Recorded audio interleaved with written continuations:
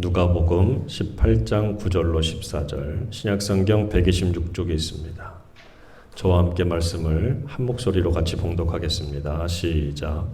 또 자기를 의롭다고 믿고 다른 사람을 멸시하는 자들에게 이 비유로 말씀하시되, 두 사람이 기도하러 성전에 올라가니 하나는 바리새인이요 하나는 세리라. 바리새인은 서서 따로 기도하여 이르되, 하나님이여, 나는 다른 사람들 곧 토색, 불의, 간음을 하는 자들과 같지 아니하고 이 세리와도 같지 아니함을 감사하나이다. 나는 일해에 2번씩 금식하고 또 소득의 11조를 드리나이다 하고, 세리는 멀리 서서 감히 눈을 들어 하늘을 쳐다보지도 못하고 다만 가슴을 치며 이르되, 하나님이여, 불쌍히 여기소서, 나는 죄인이로소이다 하였느니라. 내가 너희에게 이르노니 이에 저 바리새인이 아니고 이 사람이 의롭다 하심을 받고 그의 집으로 내려갔느니라. 무릇 자기를 높이는 자는 낮아지고 자기를 낮추는 자는 높아지리라 하시니라. 아멘. 한 번 더 기도합니다. 주님, 감사합니다. 말씀 앞에 세우셨습니다. 오늘도 말씀을 증거하는 종을 붙들어 온전히 주님만을 전할 수 있게 도우시고, 말씀을 듣는 이들도 사람의 말이 아니라 주님의 말, 주님의 음성으로 듣게 하시고, 그 말씀을 따라 감사와 감동과 은혜로 충만하여 우리에게 주어진 삶을 잘 살아낼 수 있도록 주님 인도해 주옵소서. 역사해 주옵소서. 예수님의 이름으로 기도드립니다. 아멘. 할렐루야. 우리 같이 좌우로 보면서 인사할까요? 당신이 교회의 소망입니다.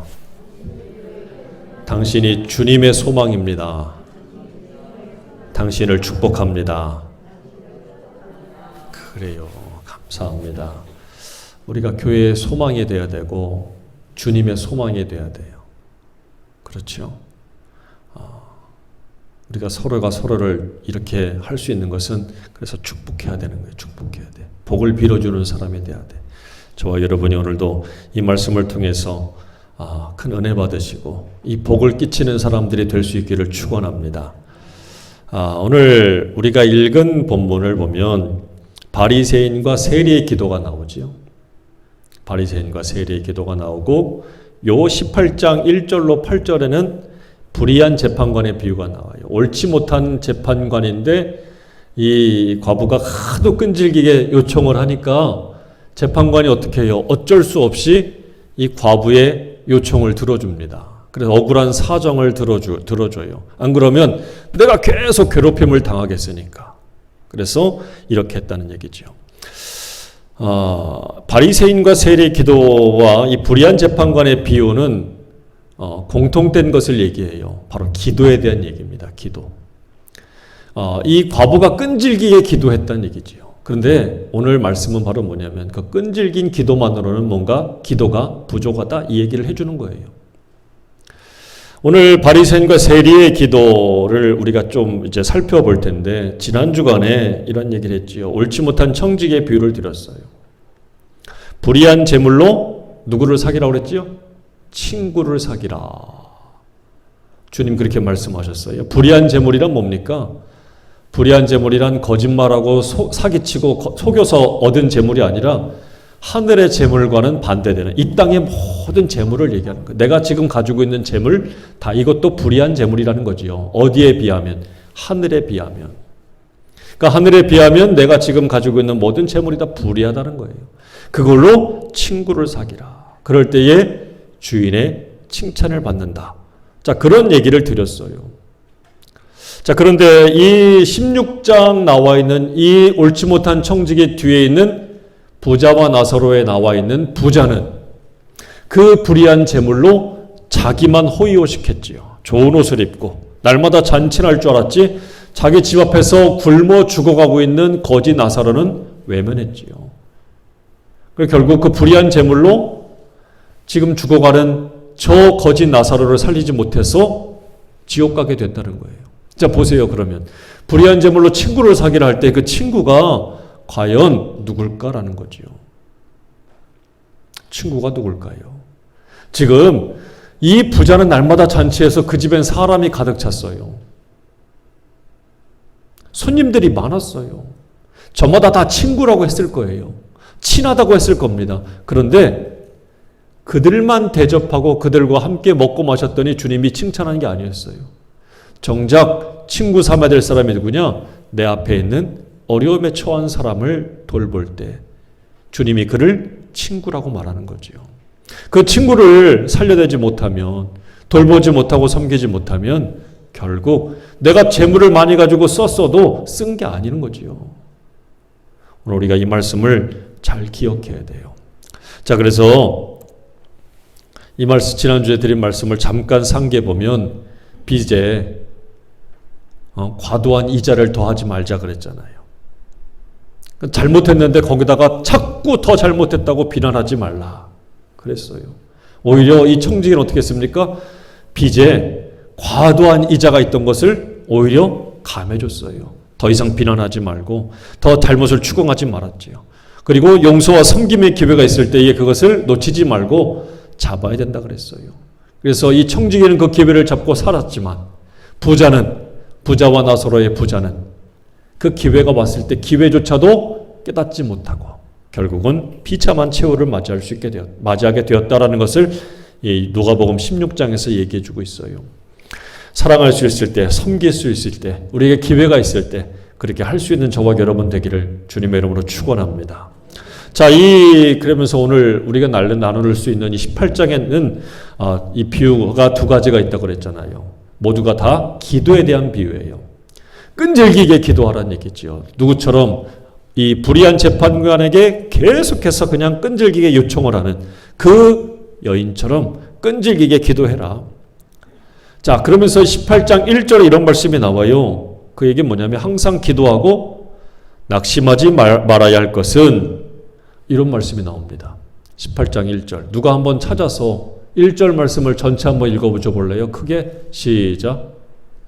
안 보여? 18절. 아유, 성경도 안 폈어. 빨리. 예수께서 그들에게 항상 기도하고 낙심하지 말아야 할 것을 비유로 말씀하여. 그렇죠. 왜 비유하셨어요? 이 비유를 왜 말씀하십니까? 항상 기도하고 낙심하지 말아야 할 것 때문에. 이 얘기는 뭐냐면 기도 응답이 즉각 이루어지면 좋겠지만 그렇지 않다는 얘기예요. 이 불의한 재판관의 이야기의 전제는 뭐냐면 낙심할 일이 없다는 게 아니라 낙심할 일이 있다는 거예요. 여러분, 누가 말씀하십니까? 주님 말씀하시는 거예요. 나만 믿고 따라오면 절대 마음이 떨어질 일이 없다가 아니에요. 있다라는 거예요. 예수님을 믿고 따라가도, 예수님 믿고 의지해도 우리에게는 뭐가 와요? 낙심할 이유와 낙심할 여건과 환경이 있다라는 거예요. 왜 그럴까요? 이 세상은 합리적이지가 않습니다. 이 세상은 불합리해요. 평화를 말하지만 사람들이 뭘 하고 있어요? 전쟁을 벌이고 있습니다. 평등을 말하지만 오히려 차별을 저지르고 있고, 합법을 말하면서 불법을 저질러요. 법을 모르면 당하고 법을 알면 피해가지요. 성실과 노력을 말하면서 1억 천금을 부추기지요. 로또 복권 당첨되라고, 복권 사라고. 부자는 더 부자가 되고 가난한 자는 더 가난해지고, 인간 세상은 합리를 말하지만 사실은 우리가 살고 있는 세상은 어떻습니까? 합리적이지 않아요. 불합리합니다. 이해가 잘 안 돼요. 어떻게 저럴 수가 있어? 주님이 왜 이렇게 말씀하십니까? 왜 항상 기도하고 낙심하지 말아야 할 것을 빗대서 우리에게 이 억울한 재판관과 오늘 나오는 이 비유의 말씀을 주시느냐? 그것은 이 세상이 합리적이지가 않다는 것을 주님이 아시기 때문이에요. 그래서 이 불합리한 세상에서 우리가 뭘 해야 되느냐? 원망과 불평할 게 아니라 이 여인처럼 낙심하지 말고 뭐하라? 항상 기도하라는 거예요. 왜? 세상은 불합리하지만 우리 하나님은 합리적인 분이요. 이 땅은 불합리하지만 저 천국은 불합리한 세상이 아니기 때문에 그래요. 그래서 불합리하지 않은 합리적인 저 세상에 가서 살려면 우리가 그렇게 살아야 되는데, 사실 이 불합리한 세상에서 우리가 합리적으로 살면 인정을 못 받지요. 손가락질 받지요. 쟤들이 다 거짓말하면 나도 거짓말하면 되겠는데 쟤들은 거짓말하는데 나는 참말을 해. 그러면 사람이 뭐야 저거. 사람들이 불친절한데 나는 친절하게 돼. 그러면 뭐예요? 사람이 어리숙하다고 손가락질 받아요. 근데 여러분 실망하지 말 것은 우리가 이 땅에서 천년만년 살 게 아니라 우리는 언젠가 이 땅을 떠나서 저 합리적인 나라, 저 우리 하나님 앞에 갈 것이기 때문에 그렇습니다. 그분 나라에 가서 살려면 여기서도 그렇게 살아야지. 그렇지요? 이 세상의 삶이 다 끝이라고 하면 우리는 여기서 불합리하게 살면 똑같이 살면 돼요. 그러나 우리가 가야 할 나라는 저 하늘입니다. 그래서 우리는 불합리한 세상에서 불법을 저지르는 자가 아니라 천국 백성답게 합법으로 살아야 될 줄로 믿습니다. 저와 여러분이 그렇게 돼야 되는데 오늘 말씀처럼 어떻게 해요? 항상 기도하고 낙심하지 말아라. 낙심할 일이 있지만 뭐 하지 말라고요? 낙심하지 말라. 그 방법을 하려면 어떻게 돼요? 기도하라. 할렐루야. 기도해. 왜 기도합니까? 하나님 반드시 응답하시는 분이기 때문에. 하나님 반드시 역사하시기 때문에 그래요. 그 응답과 역사가 비록 우리 눈에 더디게 보일지라도 뭐 하지 말라? 낙심하지 말라. 왜 낙심하지 말아야 합니까? 우리 하나님은 우리가 볼 때는 불합리한 것 같지만 반드시 어떻게 해요? 모든 것이 합력하여 선이 되게 하시기 때문에 그래요.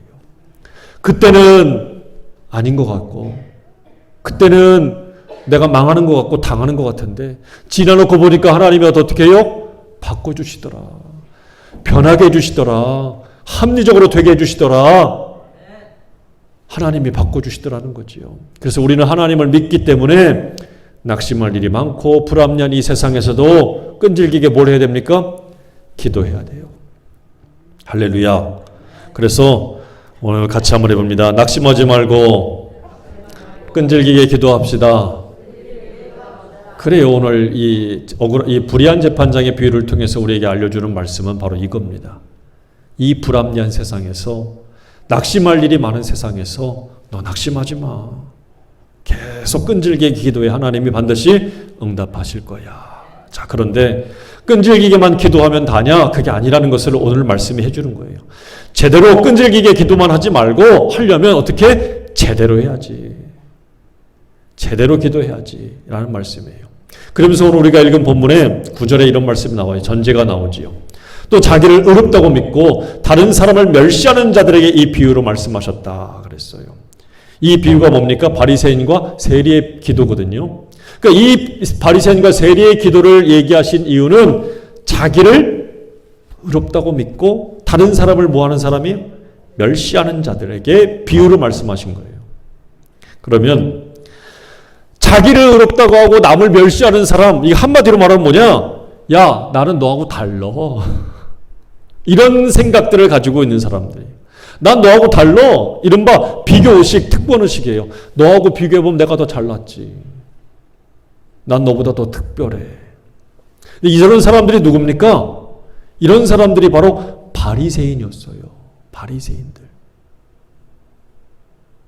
예수님은 자기를 의롭다고 하고 남을 멸시하는 사람들을 빗대서 이 비유하셨는데 그 사람들을 콕 집어서 이야기하면 바리새인들.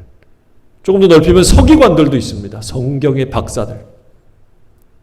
이 사람들을 향해서 얘기했던 거예요. 근데 제가 여기다 썼지요. 이 바리새인들은 우리가 누가복음 16장에서 지난주에 비유의 말씀 보면 예수님이 옳지 못한 청지기에 대해서 비유를 하셨는데 주인이 그 옳지 못한 청지기를 어떻게 합니까? 용서했어요. 청지기가 가가지고 빚을 탕감해주고 막 그러니까 와서 오히려 쫓아내도 모자랄 판에 주인이 손해봤잖아요. 주인이 손해를 받고 손해를 끼쳤는데 이 청지기를 향해서 주인이 야, 넌 참 지혜롭다. 넌 참 잘했다. 칭찬했거든요. 그랬더니 바리새인들이 듣고 어떡합니까? 비웃었어요. 웃기고 있네. 그 말의 의미가 뭘까? 에이, 세상에 저런 주인이 어딨어. 이런 의미 아닙니까? 그렇죠. 여러분 생각해봐요. 주인에게 손해를 끼쳤어요, 종이. 그런데 그런 종을 향해서 종이 주인에게 그 주인의 이자를 탕감해주고 손해를 끼쳤는데 그런 종을 향해서 야, 참 잘했다라고 칭찬할 주인이 세상에 있겠습니까? 없지요. 여러분들이 만약에 사장님인데 사장님이 종업원들이 사장에게 손해를 끼쳤는데 어떻게 하겠어요? 잘했다고 할 거예요? 전혀 그러지 않을 거예요. 그 바리새인이 듣고 당연히 비웃지요. 저런 주인이 세상에 어디 있어? 당연히 비웃습니다. 왜? 현실적이지가 않으니까 세상에는 그런 주인이 없어요. 어쩌면 정말 그 바리새인들의 비웃음이 맞을 수 있습니다. 그러나 여러분 생각해봐요. 세상에 그런 주인은 없지만 하늘의 주인은 그렇게 하신다는 얘기예요. 하늘의 주인은 어떻게 하셔요? 비록 당신이 손해를 보고 아픔과 슬픔과 고통을 겪어도 이 땅의 사람들이 당신을 믿고 생명의 길, 의의 길, 구원의 길로 나올 수 있다면 능히 그렇게 기뻐하시고 칭찬하실 분이라는 거예요. 하늘의 주인은 하늘의 보좌를 버리셨고 이 낮고 낮은 곳에 내려오셨고 인간의 모양으로 살다가 인간에게 고통을 다 겪고 그리고 십자가에 달려 돌아가셨어요. 스스로 손해를 입으신 분이 바로 하늘의 주인이에요. 여러분 세상의 주인은 절대 그렇게 못해요. 그러나 하늘의 주인은 그렇게 하신다는 사실이고 그렇게 하는 종들을 칭찬한다는 얘기입니다. 그럼 바리새인들은 왜 비웃었을까? 다른 게 하나님을 모르는 거예요. 지금 입으로는 하나님을 안다고 떠들어대지만 실상은 하나님이 어떤 분이라는 것을 전혀 이해하지도 못하고 알지도 못하는 거예요. 세상에 그런 주인이 어디 있어? 그래서 비웃는 거지요. 입으로는 하나님을 말하고 하나님을 찬송하고 하나님께 감사한다고 그렇게 막 율법을 달달달달달달 외우지만 실상은 하나님을 전혀 모르는 사람들이에요. 하나님이 어떤 분인지 하나님의 마음과 계획과 섭리와 뜻이 무엇인지도 모르는 겁니다. 그래서 이런 사람들은 하나님을 찬양하지만 실상은 하나님을 팔아서 자기 속을 챙기는 사람들이라고 할 수 있는 거예요.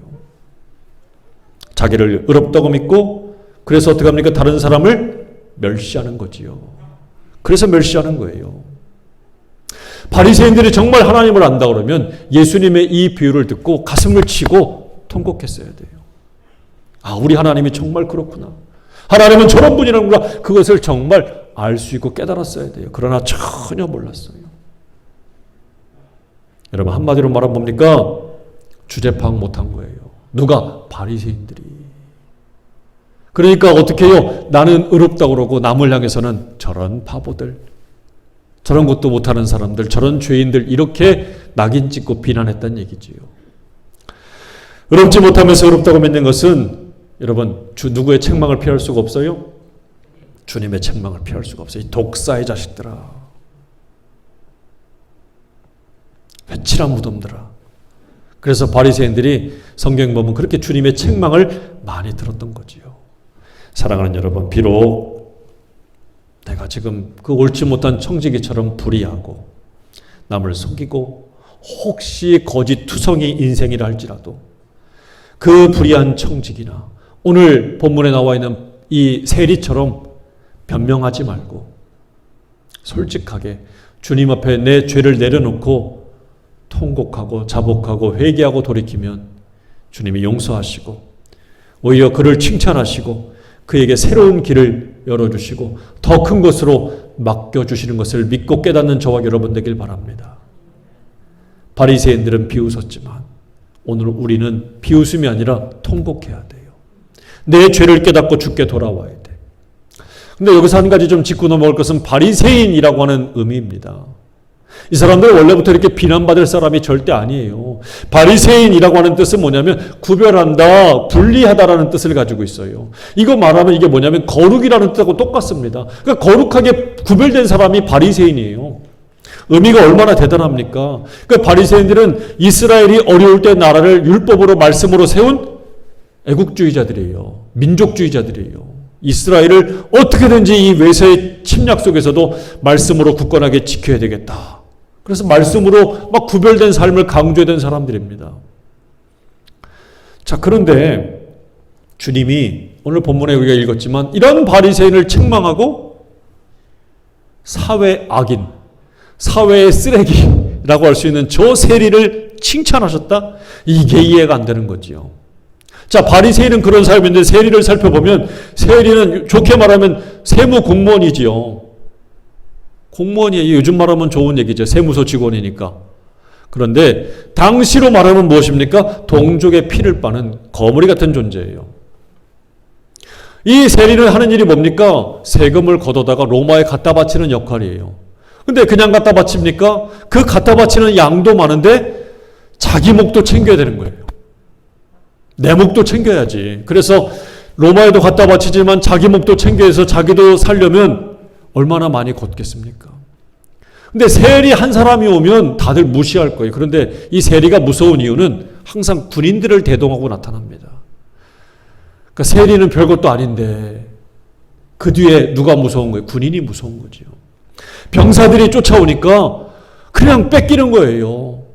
울고불고 뭐 하우성을 치고 하소연을 하고 읍소를 해도 소용이 없습니다. 그러니 그런 세리가 얼마나 밉겠어요. 그 세리들도 많았습니다. 그러니까 세리들이 많다는 얘기는 뭐예요? 경쟁이 되는 거예요. 경쟁이. 서로 막 경쟁이 붙다 보니까 얼마나 부지런한 게 얼마나 빨리 돌아다니겠어요. 그런 세리예요. 당연히 세리는 모든 이스라엘 유대인들에게 적입니다. 사회 암적인 존재고 사회의 쓰레기들이에요. 근데 그런 세리를 칭찬했다고요? 말이 안 되지요. 요즘 아마 바리새인들이 요즘 법으로 따진다고는 아마 예수님을 명예훼손죄나 모독죄로 아마 고발했을지도 몰라요. 감히 우리 같은 이런 거룩한 사람들을 파렴치한 사람으로 만들어서 그렇게 해? 이게 아주 그냥 이러면서 고발했을지도 몰라요. 여러분 당시에 세리를 부를 때 그냥 세리라고 절대 안 부릅니다. 세리 앞에 부르는 말이 있어요. 바로 뭐냐면 죄인이라고 붙여요. 그러면 어떻게 발음합니까? 어떻게 얘기합니까? 죄인, 세리, 누구? 여러분 우리가 성경에 나오는 마태는 세리였어요. 마태.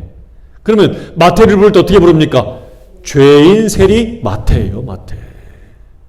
죄인 마태. 여러분 한번 생각해봐. 여러분을 가지고 지금 교도소에 있는 사람들하고 한번 비교해 보세요. 교도소에 있는 사람이나 너나 똑같아. 그러면 화가 나지. 내가 뭐가 똑같아? 내가 뭐 사기를 쳤어? 내가 때리기를 했어? 내가 무슨 뭐 어디 가서 뭐를 했어? 살인을 했어? 어디 감히 그런 사람들하고 나를 비교해? 아마 굉장히 화가 나고 섭섭할 거예요. 바리새인들이 그러지 않겠습니까? 죄인이라고 불렀던 저 세리하고 나하고 똑같이 동등하게 얘기를 해? 말도 안 되지. 동등한 게 아니라 나를 더 못하게 얘기했으니까 얼마나 화가 났을 거예요. 자, 그러면 생각해봐요. 왜 예수님은 이런 비유를 말씀하셨을까라는 거죠. 왜 이 비유를 말씀하셨을까? 여기서 우리가 한 가지 짚고 넘어가야 될 것은 바로 뭐냐면 주님은 세리의 행위 자체를 칭찬하지 않았다는 거예요. 세리가 남의 돈을 뺏어가지고 로마에 갖다 바치고 자기 목도 챙긴 이것을 칭찬하지 않았어요. 그럼 뭘 보시고 주님이 칭찬하셨느냐? 세리의 중심을 보셨다는 거예요. 뭘 보고 책망하셨느냐? 바리새인의 중심 보셨다는 거예요. 바리새인의 행위만 보면 얼마나 칭찬할 만합니까? 그런데 주님은 그 행위를 보지 않고 뭘 봤어요? 중심 보고 칭찬했다는 거예요. 사무엘상 16장 7절 말씀을 여러분들 잘 아는 말씀 아닙니까? 여호와께서 사무엘에게 계실 때 그 용모와 키를 보지 말라. 내가 이미 그를 버렸다.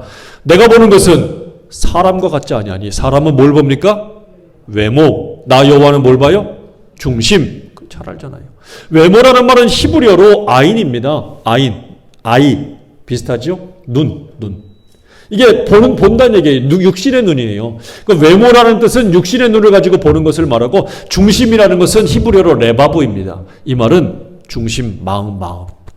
영의 눈으로 본다는 얘기죠. 하나님이 지금 우리를 바라본다는 것은 중심, 영의 눈으로 바라본다는 얘기예요. 사람들은 뭘 봅니까? 외모, 육신의 눈으로만 본다는 얘기죠. 이게 다른 거예요. 즉 우리 하나님은 중심을 보신다는 얘기예요. 우리의 마음을 보신다는 얘기예요. 이 말은 달리하면 하나님은 우리의 외모를 받길 원하시는 게 아니라 우리의 중심을 받기 원하시는 거예요. 여러분의 마음을 받기 원하시는 거예요. 이렇게 주일에 와가지고 몸만 와서 앉아있다고 해서 앉아있고 예배를 드리는 게 아니라 내 마음을 하나님 앞에 드릴 때에 주님이 그걸 기뻐하시고 원한다는 거예요. 여러분의 마음이 지금 어떻습니까?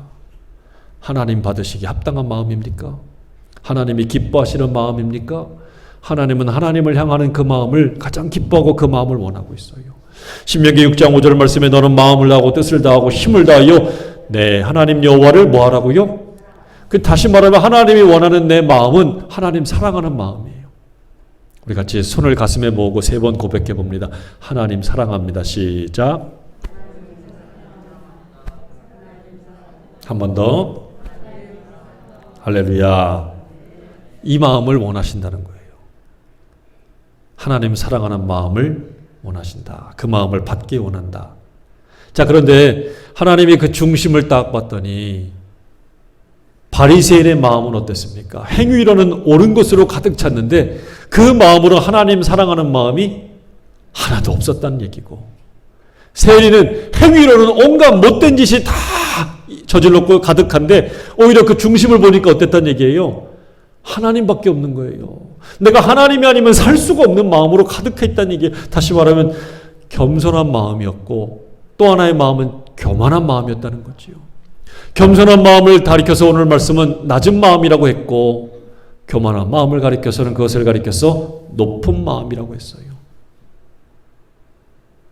내가 너보다 낫지. 결국 겸손은 칭찬받았지만 교만은 책망을 받더라 라는 것이 오늘 말씀입니다. 그래서 오늘 14절 말씀에 결론적으로 주님이 하신 말씀이 바로 뭡니까? 내가 너희에게 이르노니 이에 저 바리새인이 아니고 이 사람이 의롭다 하심을 받고 그의 집으로 내려갔다. 무릇 자기를 높이는 자는 뭐라고요? 낮아진대요. 그러나 반대로 자기를 낮추는 자는 높아진다. 우리는 잘 모르겠지만 그걸 누가 보신다고요? 주님이 정확하게 보신다는, 그 중심을 보신다는 얘기. 다시 말하면 주님은 우리의 마음을 원하시는, 어떤 마음을 원하십니까? 겸손한 마음, 낮아지는 마음, 그 마음을 원하신다는 거예요. 세상에 나밖에 없어가 아니라 나는 주님이 아니면 안 됩니다 하는 그 낮은 마음을 주님이 받기를 원하신다는 사실이에요. 저와 여러분이 오늘 마음이 그 낮은 마음들, 겸손한 마음들, 겸손한 기도자가 될 수 있기를 주 이름으로 축원합니다. 그 마음을 주님이 기뻐서 원하시고 받으신다는 거예요. 그럼 오늘 바리새인의 기도를 보면 11절과 12절에 이렇게 나오지요. 바리새인이 시장에 서가지고 이렇게 떠듭니다. 바리새인은 서서 따로 기도했습니다. 이 말은 뭐예요? 다른 사람들은 모여서 기도했던 얘기예요. 근데 바리새인은 어떻게 해요? 지만 따로 딱 서가지고 집중을 받는 거예요. 집중 조명을 받지요. 그리고서 뭐라고 기도합니까? 하나님이여, 나는 다른 사람들 곧 토색 불이 간음을 하는 자들과 같지 아니하고, 특별히 콕 집어서 얘기해. 누구도 같지 않아요? 요 세리와도 나는 달라요. 또 12절. 나는 일회에 2번씩 금식하고 또 소득의 11조를 드리나이다. 죄송한 얘기지만 저나 여러분 중에 이 바리새인처럼 이렇게 하는 분들이 있습니까? 이렇게 해요? 일주일에 2번씩 금식하고 11조, 온전한 11조 하고 토색, 불이 간음 안 하고. 여러분, 이 바리새인이 하는 걸 보세요. 대단하지 않습니까? 대단해요. 어떻게 이렇게 할까? 참 행실로는 흠잡을 데가 없어요. 근데 이 바리새인의 기도의 특징을 가만히 봐요. 제가 빨간색으로 해놨죠. 뭐가 있습니까? 나는 바리새인의 기도의 특징을 보면 첫째는 지자랑으로 가득해. 나는 내가 다 했다라는 거지. 나 아니면 안 된다는 거지. 이렇게 나는이라고 강조하는, 다른 사람보다 더 특별히 더 잘났다라고 얘기하는 그 나를 강조하는 기도가 바리새인의 기도의 특징이고, 두 번째는 뭐가 없어요? 아까 그 기도를 보면 죄의 고백이 없어요. 하나님, 내가 잘못했습니다. 잘못 생각했습니다. 잘못 말했습니다. 잘못 행동해. 자기 죄의 고백이 하나도 없다는 거예요. 여러분들이 기도하면 어떻게 해? 아유, 하나님, 내가 한 주간 동안 이렇게 잘못 살았습니다. 잘못 믿었습니다. 막 이렇게 회개기도 하잖아요. 안 해요? 하더라고. 근데 바리새인의 기도에는 전혀 그런 게 없어요. 그리고 결론적으로 말하면 하나님께 기도하는 것 같지만 바리새인의 기도를 가만히 보면 사람들 앞에서 따로 서가지고 다 기도하는 모습을 보면 어떻습니까? 이게 지금 누구 들으라고 하는 것 같아요? 하나님 들으라고 하는 거예요? 사람들 들으라고 하는 거예요? 시장에 서가지고 다른 사람들 좀 들어보시오. 내가 이렇게 했어. 자기 얘기하는 거예요. 결론은 이 모든 것을 하게 하신 분이 하나님입니다라고 돌리는 게 아니라 사람들 앞에서 자기 영광을 드러내는 기도였다는 거죠. 주님이 오늘 이 바리새인의 기도를 보고 뭐라고요? 하나님이 받지 않으셨답니다. 이런 기도를 하나님이 기뻐하지도 않고 오히려 책망받을 기도라는 거지요. 이게 바리새인의 기도예요. 그래서 오늘 말씀에 보면 세리의 기도는 어떻습니까? 13절에 세리는 멀리 서서 눈을 들어 하늘을 뭐 했어요? 쳐다보지도 못했대요. 그리고 다만 자기 가슴을 치면서 하나님이여 불쌍히 여기소서 나는 죄인이로소이다. 세리가 행위로는 자랑할 게 하나도 없습니다. 드러낼 게 하나도 없습니다. 칭찬받을 일이 하나도 없습니다. 그러나 그 세리는 뭐 했어요? 자기 가슴을 치면서 고개를 푹 숙이고 나를 불쌍히 여기세요 나는 죄인입니다 라고 고백했다는 거지요. 그 중심이 바로 무엇입니까? 낮은 데 있어요. 하나님의 은혜가 아니면 나는 살 수가 없습니다. 하나님의 용서가 아니면 나는 살 수가 없습니다. 하나님의 긍휼이 아니면 나는 살 수가 없습니다. 이것을 하나님이 정말 진정으로 원한다는 거지요. 그러므로 세리는 자기 죄를 어떻게 했습니까? 인정했어요. 남 탓하지도 않았어요. 환경 탓하지도 않았습니다. 변명하지 않았습니다. 내가 로마에 세금을 갖다 바쳐야 그래 나도 입에 풀칠하고 살지요. 어쩔 수가 없이 내가 이렇게 하는 거지. 하고 싶어서 하는 게 아닙니다. 그런 변명도 안 했어요. 무슨 사람 탓, 환경 탓 일치하지 않았습니다. 여러분 이것이 하나님이 기다리는 마음이라는 거지요.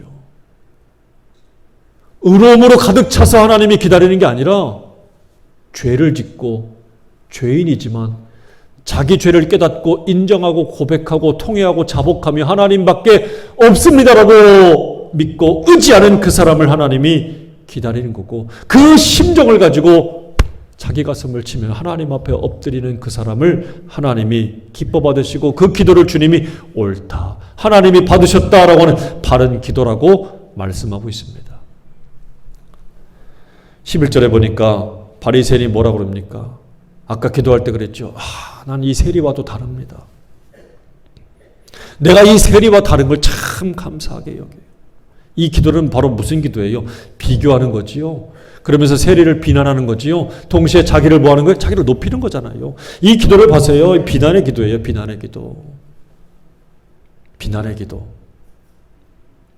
저 김집사보다 내가 낫지. 저 권사보다 내가 낫지. 저 목사보다 내가 낫지. 사실 목회하다 보니까 목회를 하는 도중에도 목사들 사이에서도 그런 모습들이 보일 때가 있어요. 한 교회에서 신앙생활하면서도 사실 그럴 때가 왜 없겠습니까? 내가 너보다 낫지라고 하는 정도의 차이만 있지 사실은 교만한 마음들이 슬슬 우리에게 들어올 때가 얼마나 많은지 몰라요. 여러분 비난하지 마십시오. 그 사람이 안 듣는다 할지라도 하나님이 들으시고 마귀가 듣습니다. 우리 사이를 분명히 틈타서 갈라지게 만듭니다. 같이 합니다. 비난의 기도가 아니라 축복의 기도를 합시다. 축복 기도하세요. 그 복이 그 사람에게 안 가면 하나님이 들으시고 받으시고 아우 쟤한테는 복 못 주겠다 하실지라도 복을 빈 그 사람을 책망하진 않으셔요. 오히려 그 사람에게 돌려주겠지. 그게 손해가 아니에요. 여러분 축복 기도하세요. 축복은 말 그대로 복을 빈다는 겁니다. 복을 비세요. 하나님 앞에 비세요. 마음에 안 들고 정말 속상하게 하는 사람이라 할지라도 복을 빌어주세요. 하나님이 합당하게 여기시고 칭찬하실 줄로 믿습니다. 제가 운전을 하면서 지난 주간에 한번 뒤에서 누가 꽁 박는 바람에 지금 차가 수리를 들어갔어요. 근데 이제 가끔 이렇게 운전을 하다 보면 실수하거나 아니면 일부러 험악하게 운전하는 분이 있어요. 예전에 몇 년 전에 이렇게 운전하는데 갑자기 제 앞으로 누가 끼어듭니다. 그러면 제가 그냥 화가 나가지고 저런 여러분들 운전하는 분들 혹시 그런 경험이 있는지 모르겠어요. 너무 당황스러워요. 그런데 그때 제 옆에 있던 제가 손가락질을 막 했는데 옆에 있던 아내가 집사람이 저한테 그러는 거예요. 손가락질 하지 말래요. 그 말은 뭐예요? 제가 자주에 그렇게 했다는 얘기예요. 자주. 상대방이 굉장히 기분 나쁘다는 얘기래요. 하지 말래요. 보기 싫대요. 근데 그때는 굉장히 속상했어요. 왜 속상했냐면 잘못은 저 차가 했는데 마치 내가 잘못한 것처럼 저 차가 아니라 나를 책망하니까 굉장히 서운하고 섭섭했거든요. 근데 가만히 돌이켜서 이제 제가 항상 잘하는 장점은 그거예요. 그때는 잘 모르다가 지나고 나면 잘 깨달아요, 제가. 나중에 보니까 다른 게 아니라 책임 전가. 저 차에게 모든 잘못을 책임을 전가하고 싶은 내 마음이 있더라고요. 나는 잘못 없다. 근데 가만히 생각해 보니까 나도 남에게 끼어들 때가 있고, 나도 남에게 험악한 짓을 할 때가 있고, 나도 남보다 더 빠르게 갈 때가 있더라고요. 그러니까 결국 이 얘기가 뭐냐면 내가 너한테 손가락질하면 나머지 손가락은 다 나를 가리키고 있는 거더라고요. 제가 그 후로는 잘 안 하려고 그래요. 근데 나도 모르게 무의식적으로 이게 할 때가 있더라고. 근데 빨리 깨닫죠. 안 하려고 해요. 안 하려고. 될 수 있으면 안 하려고. 이게 나를 비난하는 거더라고요. 내 잘못을 다 상대방에게 넘기고 싶어서 그러더라고요. 오늘 우리는 이 비난의 손가락을 걷어들이고 그 손 모아서 축복의 손, 기도의 손으로 바꿔야 될 줄로 믿습니다. 사랑하는 여러분, 바꾸십시오. 바리새인처럼 비난의 손가락을 거두고 기도의 손으로, 축복의 손으로 바꾸십시오. 마지막으로 여러분들 요즘에 하나님과의 관계는 어떻습니까? 얼마만큼 됩니까? 기도를 한다는 것은 바로 뭡니까? 하나님과의, 누구는 그래요. 기도는 영적인 호흡이랍니다. 숨 쉬는 것과 같답니다. 하나님과 여러분의 관계는 어떻습니까? 그냥 가끔 문안 인사드리는 정도입니까? 안녕하셨습니까? 평안하셨습니까? 잘 지내셨습니까? 그런 관계가 되면 안 된다는 거죠. 여러분, 하나님과의 관계, 하나님과의 거리는 도대체 얼마큼 됩니까? 좁히십시오.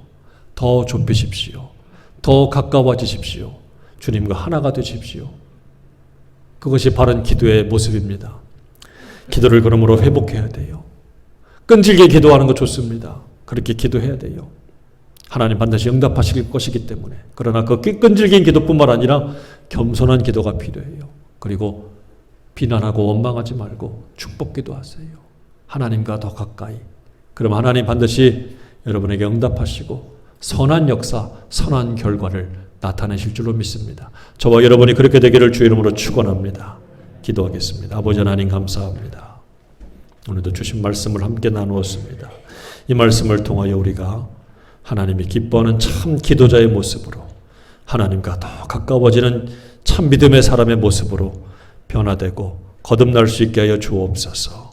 오늘도 주께 늘 감사할 때 우리 마음에 높아짐이 없게 하시고 더 겸손하게 주님께 가까이 가는 인생이 되게 하여 주옵소서. 감사하고 예수님의 이름으로 기도드립니다. 아멘.